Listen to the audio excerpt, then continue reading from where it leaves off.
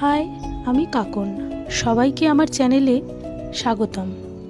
আজ আমি রান্না করছি একটি নিরামিষ সবজির রেসিপি। সবার প্রথমে ডাঁটা, কুমড়ো আর আলুগুলো টুকরো করে কেটে ধুয়ে নেব। তবে এই কাটাকাটিগুলো আমি করছি না, করছে আমার মা।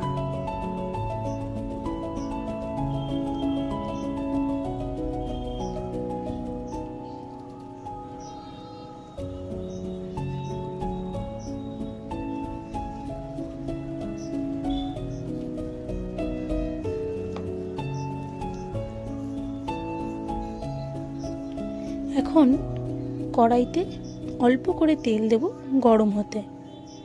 তেল গরম হলে দেব রাঁধুনি ফোড়ন। তারপর আলু ও কুমড়োর টুকরোগুলো দিয়ে দেব। তারপর একটু নাড়াচাড়া করে দিয়ে দেব স্বাদ মতো নুন আর হলুদ। তারপর কিছুক্ষণ নাড়াচাড়া করে দিয়ে দেব ডাঁটা আর কাঁচা লঙ্কা কুচি।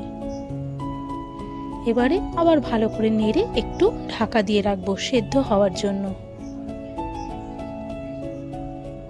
আবার একবার ঢাকা খুলে একটু দেখে নেব যে ডাঁটাগুলো 50% সিদ্ধ হয়েছে কিনা।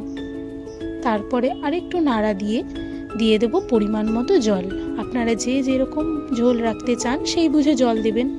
তারপর আবার কিছুক্ষণ ঢাকা দিয়ে রান্না করে যখন সমস্ত সবজিগুলো সেদ্ধ হয়ে যাবে, তারপরে পরিমাণ মতো মিষ্টি দিয়ে নামিয়ে নেব নিরামিষ সবজি।